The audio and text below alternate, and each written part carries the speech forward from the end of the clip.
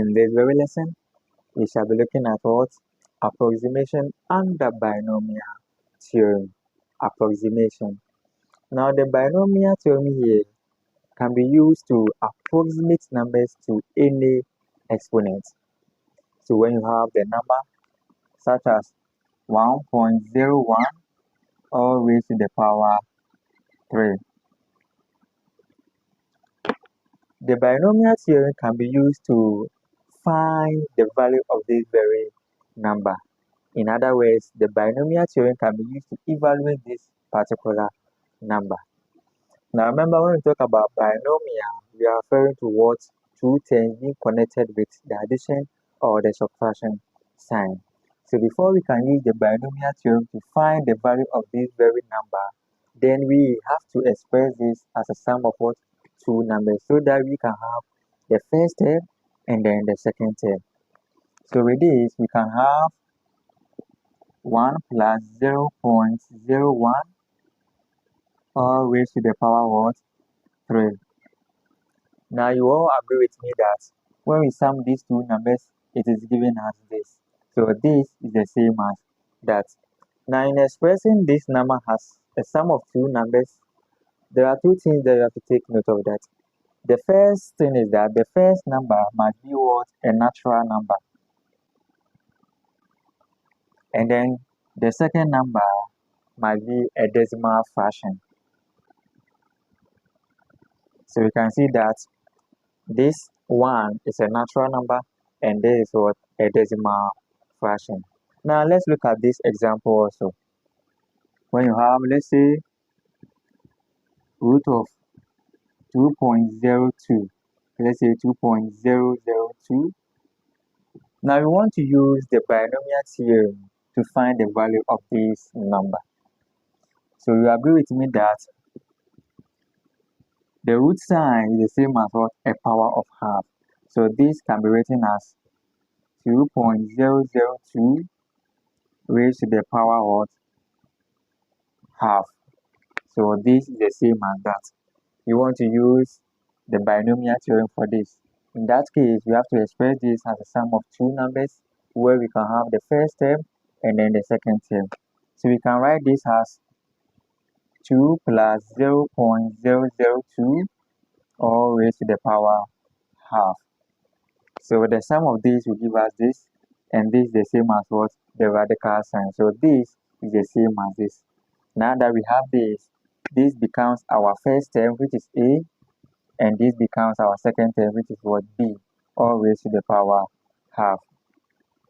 Now that we have this or that, we can use the binomial theorem to find the value of these very numbers. Is that clear? Let's take our first example and then see how best we can use it to evaluate numbers to any exponent.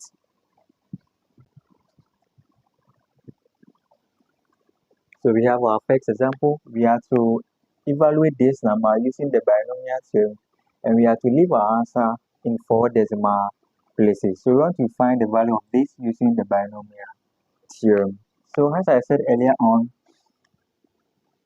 the binomial theorem can be used to find or approximate numbers to any exponent. So we know that 1.02 can be written as what? 1.02 all raised to the power of half, because the radical sign is the same as what? Half. Now, since we want to use the binomial theorem, then there is a need for us to express this as a sum of two numbers so that we can have the first term and then the second term. So we have 1 plus 0.02 all raised to the power half. And you agree with me that the sum of these two numbers is equal to this very number here. Now, as I said earlier on, the first term must be a natural number and then the second term must be what? A decimal fraction. If these two conditions are satisfied, then we can continue or proceed to use the binomial theorem to find the value of this. Now that we have this becomes our first term, this becomes what? Our second term, and then we have what? Our n. Therefore, we can use the binomial theorem.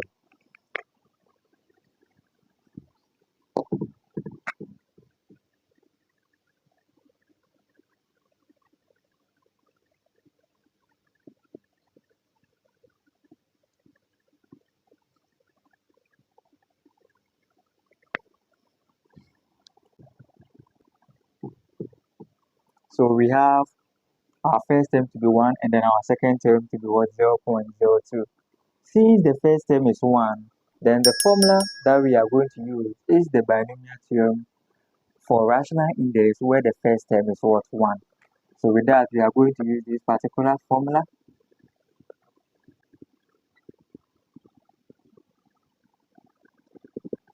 So this is the formula that we are going to use, the binomial theorem for rational index where the first term is what? 1, because we have the first term to be 1. Now I realize that our exponent is a fractional index, and therefore the expansion of this is going to be an infinite series. It is not going to end, so we can terminate or we can approximate to some number of terms because of this exponent. Our first term is 1, our x is going to be what? 0.02, and then our n is going to be half.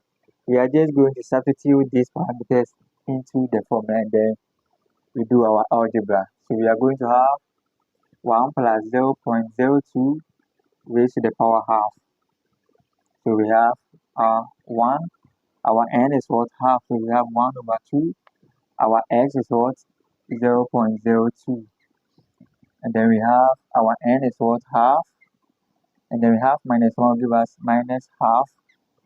Our x is what? 0.02. So we have 0.02 raised to the power of what?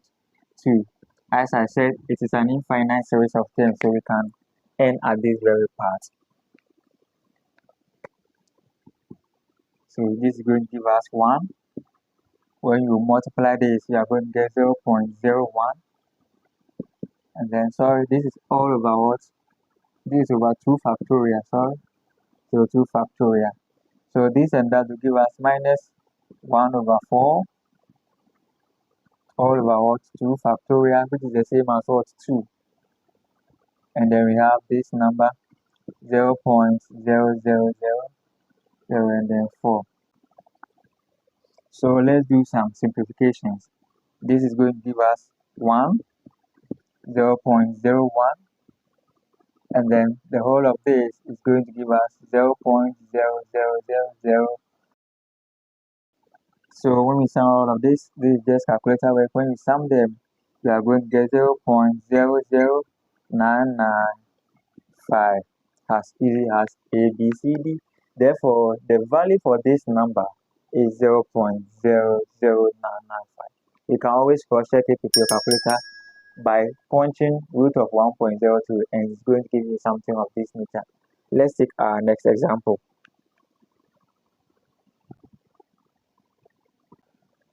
So we have our second example.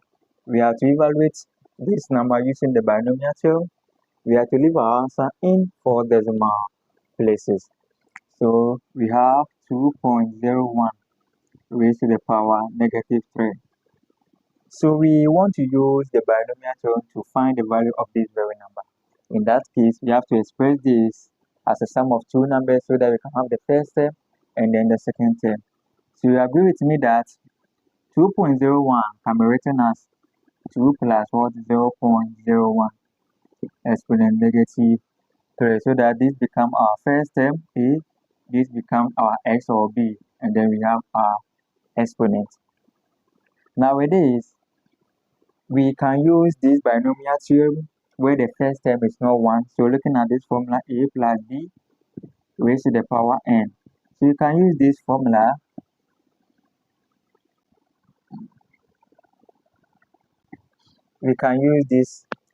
since the first term is not 1. We can also decide to make the first term 1 so that we can use the binomial theorem for rational index where the first term is 1. So if we want to use this formula,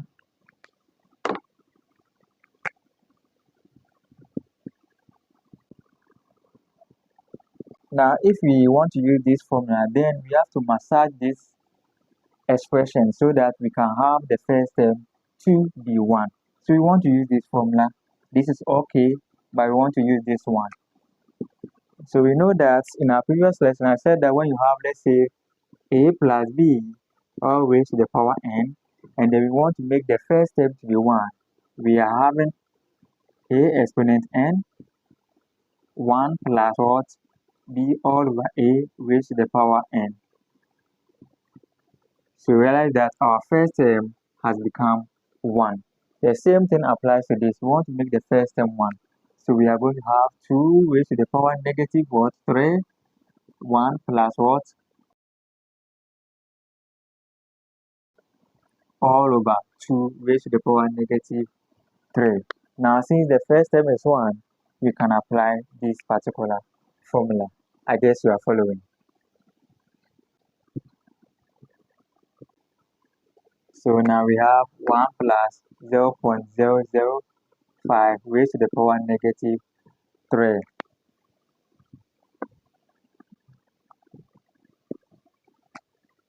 So from here, this is our A, this is what our X. So our X is equal to 0.005 and then our N is equal to minus 3.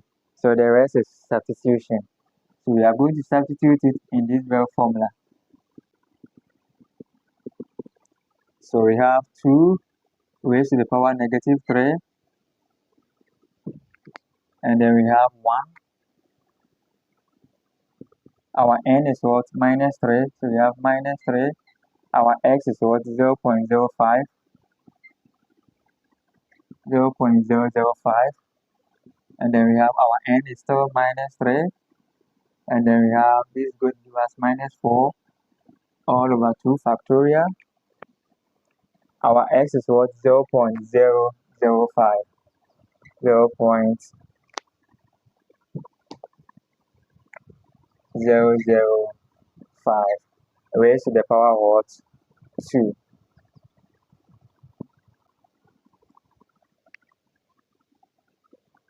So we can see that our exponent is a negative index. Therefore, the expansion of this is not going to terminate. So we can end at some few number of what terms. So we are ending at what? The third term. So we have, this is going to give us 1 over 8. And then we have 1. When you expand this, or when you multiply this, you are going to get minus 0.015. And then this, so we have 2. We are going to get 0.00015 and so on. Now the rest is just calculator work. When you sum all of these together, you are going to get 0.1231. We have to leave our answer in 4 decimal places so we can end at this 0 point. Therefore, the value for this number is 0.1231, as easy as A, B, C, D. Let's take our last example. So we have our last example. We have to evaluate cube root of 9 using what? The binomial theorem. So we have cube root of what? 9. We know that cube root of 9 can be written as 9 raised to the power what? 1 over 3. Good. Now we want to use the binomial theorem to find the value of this. Therefore, we have to express this 9 in terms of what? 2 terms or 2 numbers. So that we can have the first term and then what? The second term. So this can be written as what? 8 plus what? 1. Because the sum of these 2 numbers will give us 9 and then we have our power. Good. Now, remember in the beginning I said that in expressing a number as a sum of 2 numbers, the first number might be what? A natural number, and then the second number might be what? A decimal fraction. So you have to write this as what? A decimal fraction. So we can have 8 raised to the power 1 over 3, 1 plus what? 1 over 8 raised to the power 1 over 3. So from this, we can see that our first term is 1. So that we can apply the binomial theorem for rational index where the first term is 1. Now with this same 1 over 8, we can write it in the form of what? In the form of decimals as what? 0.125. Or you can still write it as that. So we have 8 power 1 over 3, 1 plus what? 1 over 8. Let's use the decimal. 0.125 raised to the power 1 over 3. Now, since the first term is 1, we shall be using what? This formula 1 plus what? Nx n minus 1 all over 2 factorial s squared, and so on. So we are going to have 8 raised to the power 3, and then we have 1. Our n is what? Our n is 1 over 3. Our x is what? This is our x, 0.1, 2, and then 5. And then we have our n is what? 1 over 3.